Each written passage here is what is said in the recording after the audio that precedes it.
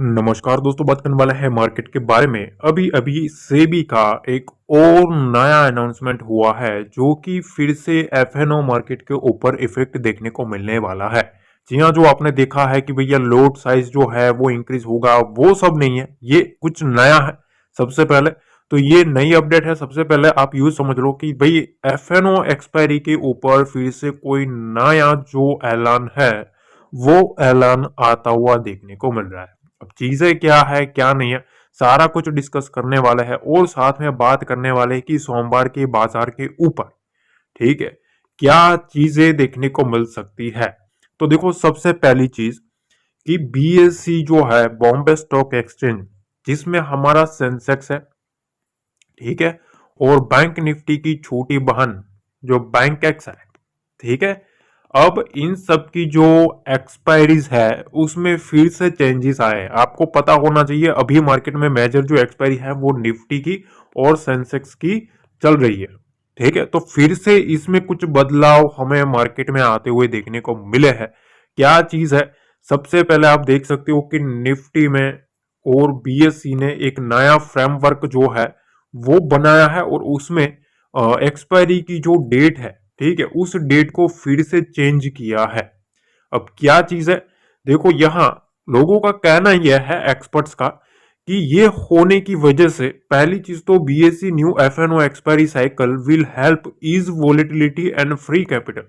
मतलब वोलेटिलिटी को कंट्रोल करने के लिए ये काफी बेटर रहेगा। अब देखते हैं वो तो क्या होता है आगे चल के। सबसे पहले यहां समझ लो, ठीक है, ये जो चीज है वो पहले आप देख लो कि क्या सिनेरियो, क्या मामला बना है, ठीक है। सेंसेक्स में ध्यान से समझना, यहां एक चीज पहले नोटिस करो, सेंसेक्स का यहां वीकली है और बाकी का जो है, ठीक है, जो मंथली एक्सपायरी और वीकली एक्सपायरी इसके ऊपर मेजर है, ये चीज ध्यान रखना, ठीक है। और बैंक एक्स की जो मंथली है और सेंसेक्स 50 की जो मंथली है वो तो मंथली ही रहेगी, ठीक है। पर इसमें भी चेंजेस आए हैं। चेंजेस यह है कि देखो, अगर आप ये जो दिसंबर सीरीज है ना, ये अगली जो सीरीज है पूरी, ये सीरीज खत्म होने के बाद तुरंत जो आपकी जो एक्सपायरी डेट आएगी वो 10 जनवरी 2025 आएगी, उसकी जगह अब 7 जनवरी आएगी। ये चीज ध्यान रखना, ठीक है। ये अगले मंथ की, इस मंथ के बाद के ही सीधा ऐलान है, ये चीज ध्यान रखना, ठीक है। तो बेसिकली उन लोगों ने किया क्या है, सेंसेक्स की और बैंक एक्स की जो भी एक्सपायरी रहेगी वो मोस्टली मंगलवार को रहेगी। आपको पता होना चाहिए फ्राइडे को चल रहा था सारा खेल, ठीक है। फ्राइडे को आपको सेंसेक्स की एक्सपायरी देखने को मिल रही थी, तो उसकी जगह अब जो वीकली एक्सपायरी जो है वो मंगलवार को कर दिया है, ठीक है। ये चीज ध्यान रखना, अब ट्यूसडे को होगी, ठीक है।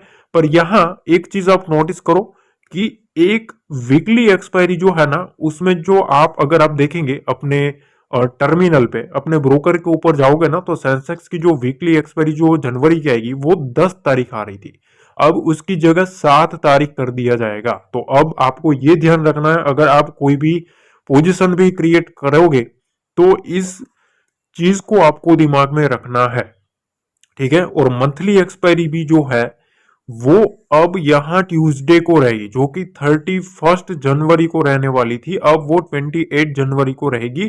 ट्यूसडे को कर दिया है फ्राइडे को निकाल के, ठीक है। तो अब ये जो चीजें हैं, बाकी बैंकेस की जो है और सेंसेक्स 50 की जो है, ठीक है, उसमें भी यहाँ ट्यूसडे का ही आपको मंथली एक्सपायरी देखने को मिलेगा, ठीक है। तो बेसिकली इन लोगों ने एक फोकस किया है, ठीक है, वो मंगलवार के ऊपर किया है। और ये अगले मंथ का, मतलब ये दिसंबर सीरीज तो स्टार्ट हुई है, ये सीरीज जैसे ही खत्म होगी, ठीक है, तो वो जो चीज है ये सीधा लागू हो जाएगी 1 जनवरी से, सीधा ये मंगलवार का दिन डेरिवेटिव में स्टार्ट हो जाएगा।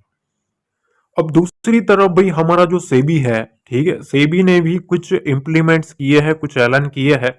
वो क्या है, देखो, सेबी ने एनएसई बीएसई के लिए जारी किए नए नियम। अब ये नए नियम क्या है, आपको पता होगा, काफी बार आप ट्रेडिंग कर रहे होगा ना, दिक्कत आती होगी, ठीक है। एनएसई और बीएसई की वजह से कहीं ना कहीं उनके टर्मिनल की वजह से, एक्सचेंज की वजह से कहीं ना कहीं दिक्कत आती है और उसका सामना रिटेलर्स को करना पड़ रहा था। तो अब उसमें भी कुछ चीजें लागू कर दी गई है। अब ये चीज क्या है, तो एफएनओ वाले खास ध्यान दें। ठीक है, फ्यूचर एंड ऑप्शन सौदों के लिए भी ऑफसेट किया जा सकेगा। अब ये चीज क्या है, तो एनएसई और बीएसई में देखो, आपने एनएसई में अगर बाय किया है, ठीक है, तो आपको सेल भी एनएसई के ऊपर ही करना पड़ता था।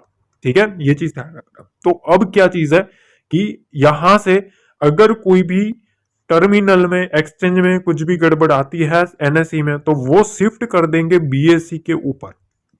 ठीक है, तो आप अपनी जो पोजीशन है, ठीक है, वो अब बीएसई के ऊपर भी आप सेट कर सकोगे।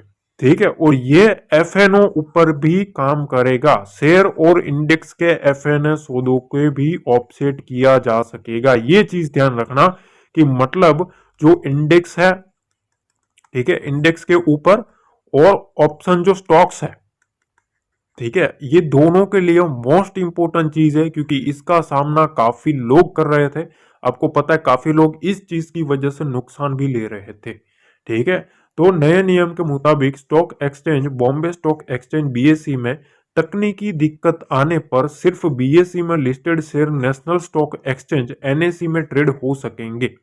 वही एनएसई में तकनीकी दिक्कत आने पर सिर्फ एनएसई में लिस्टेड शेयर बीएसई पर ट्रेड हो सकेंगे। ये चीज मोस्ट इंपोर्टेंट है, ये सही एक कदम है, क्योंकि लोगों को काफी दिक्कत आ रहा था। ठीक है, और स्टॉक एक्सचेंजों को अगले 60 दिन के अंदर इसके लिए एक स्टैंडर्ड ऑपरेटिंग प्रोसीजर जारी करने को भी कहा गया है।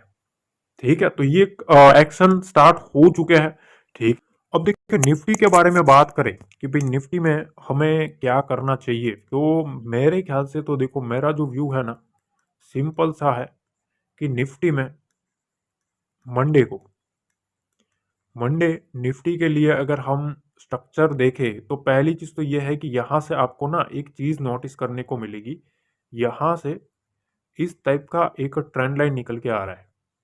ठीक है, बार बार यहां से एक रेजिस्टेंस फेस कर रहा है नीचे की साइड, ये जो है, ठीक है, यहां से इस टाइप का स्ट्रक्चर है। बार बार मार्केट इसी रेंज में चल रहा था। तो अब क्या करना चाहिए हमें, तो बेसिकली मैं आपको एक ही चीज बताना चाहूंगा कि देखिए 24,100 का जो लेवल है ना, ये लेवल, ठीक है, इस लेवल के ऊपर थोड़ा हमें नजर रखना चाहिए।